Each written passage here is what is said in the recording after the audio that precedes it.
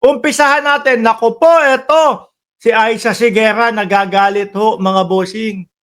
Ano po? Ayan, lalakihan ko muna. Malabo na yung ating mata eh. Oh. Ais Dino Segera. Ha ha ha, may patama po at may sinasabi. Mismo, rekta po dito. Doon sa Duterte Youth Party List. Wala naman daw pong ginawa tong si Cardema pala. Ano? Totoo pala yung sinasabi ni Panelo na ginagamit lang ng Duterte Youth Party List. Yung Duterte, siguro para sa sarili nilang kapakanan, no? O may agenda na pansarili ho, mga kababayan. Bakit po? Ito si Aisa Sigera, natatawa kay Cardema. Bakit daw ho? Sabi, ha ha ha ha ha ha ha ha ha ha. Sobra, apat lang naman. Ha ha ha ha. Oh. Sus! Huwag mo akong simulan, Cardema. Ayan with matching pangalan. Hindi ako ang umuubos ng oras ng NYC, no? Para sumipsip at gawing ninong at ninang ang lahat ng pwedeng makapitan at makasigurado sa pwesto. Oh. Di ba? Hindi, may mga ganyan ng tao, mga bossing. Para sigurado, para kahit saan, may pwesto. No? Kaya pala ninong at ninang, si First Lady at si Pangulong Bongbong Marcos. At ang nagkasal naman, si Sara Duterte naman. Yan naman pala ang agenda at pakay para sumipsip, di ba? Kabayan ko, kapatid ko. Oh. Ulitin natin. Ha ha ha ha ha ha ha ha ha. Sus! Huwag mo akong simulan, Cardema. Hindi ako ang umuubos ng oras sa NYC para sumipsip at gawing ninong at ninang ang lahat ng pwedeng makapitan para makasigurado sa pwesto. Doon pala mas napopokus yung atensyon ni Cardema, mga bossing, di ba, Sir Tony Ninobla at Chai Chair? Sa pagkuha ng makakapitan, ninong, ninang, kunin ko si BBM tsaka si Lisa Marcos, maging ninong, ninang, para kapag wala na si Duterte, doon naman ako sisipsip. Yun pala ang pinag-uubusan ng oras ni Cardema. Base po yan kay Aisa Sigera. Biruin mo, June 17, 2019. Malamang po, sa alamang mga kababayan, hanggang ngayon po, ganun din ang ginagawa niyan. Di ba? Ako kaya sabi ko, okay. Kasi panalo na naman Doon sa pagkakagamit na po nila nung apelidong Duterte, panalo na sila doon. Hindi ko maintindihan mga bossing. Dito kay Cardema. Bakit kailangan pang baguhin yung apelido nung tawag doon sa Tagalog, Bilas ba yun? Fighter Taroy Vlog, shoutout sa iyo. Bilas ba tawag doon? No? Yung kapatid nung asawa niya, kung di ako nagkakamali, mga bossing. Ba't kailangan pang gamitin yung apelidong Cardema? Ano yan? Gusto niya tatluhan? Di ba? Ang daming mga tsetche-boretche pa. Kung renekta nyo na lang yan, Duterte Youth, tapos apelido niya. Iisipin naman, kayo-kayo din ang nandyan. Hipag pala. Sorry. No? Hipag, Sabi dito, tuwing meeting natin, na usually, hindi ka naman nakikinig. Siguro, nag-iisip, sino kaya gagawin kong ninang sa kasal namin? Sino kaya gagawin kong ninong sa kasal namin?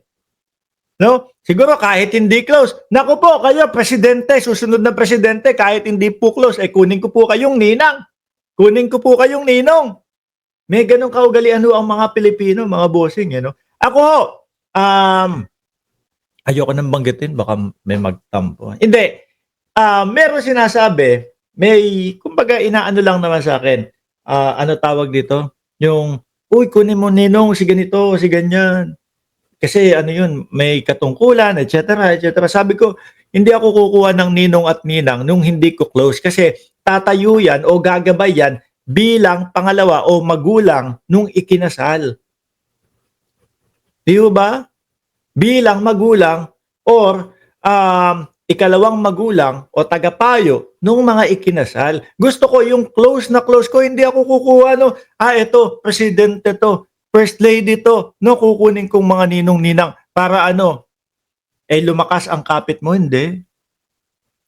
Tuwing meeting natin na usually hindi ka naman nakikinig, ilang beses ko nang sinabi sa iyo kung inaalam mo ba ang sitwasyon ng mga kabataan sa area mo nung commissioner for Luzon ka. Oh.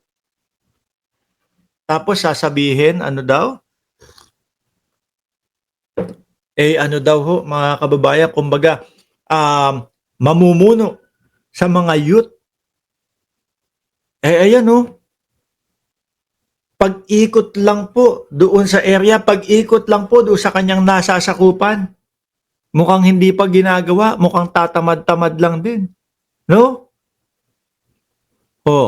Sabi ko sa inyo, malaking bagay para sa kanila yung paggamit ng apelidong Duterte. Bakit to? 5% lang ng kailangan ng mga botante ng mga Duterte para magkaroon sila ng 3 seat. Kaya lang ho, mga bossing, madaming pumalya. Ano? Yung paggamit ng ibang apelido. Ano pa ho, mga kababayan? Yung dapat 30 lang daw po ang edad nung mamumuno o yung mangunguna para sa mga youth. 40 na si Cardema. Mga bossing, umikot ka ba para alamin kung ano ang mga pinagdadaanan nila? Hindi yata Sa pagkakasabi ni Aisa Sigara, sa pagkakapost, mukhang hindi ginagawa ni Cardema. Buti nga sa inyo. Hindi kayo maiproklama. Sabi pa, though it is an issue, hindi lang NPA ang problema ng kabataan.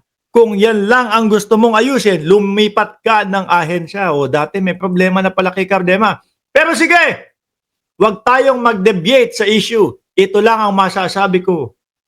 You have to be accountable for what you did to the NYC to achieve your political plans. And wag kang gumamit ng mga strategy na pailalim para lang manalo ka. Sabi ni Buggy Arellano, Mark, hindi na youth si Cardema. Gayot na. Ano ibig sabihin ng gayot? Hindi ko alam, mga kababayan. No? Salitang Bisaya po ba yung gayot? Sabi ni Shiro Kansaki, babata ba si Cardema pag Duterte ang pangalan ng party list nila? Hindi kasi catchy po yun para sa mga DDS. Napaka-catchy nun para sa mga DDS. Mga bossing. Ito, party list ni Duterte to. No, para sa mga Duterte to. Iboto agad natin to. 1 milyon lang kaya. 3 upuan na ang makukuha ng isang party list. Di po ba? Yun. Kaya lang, pati pala sila Panelo, hindi naman pala bilib dito kay Cardema. Dahil nahalata ni Panelo na ginagamit lang po, mga bossing.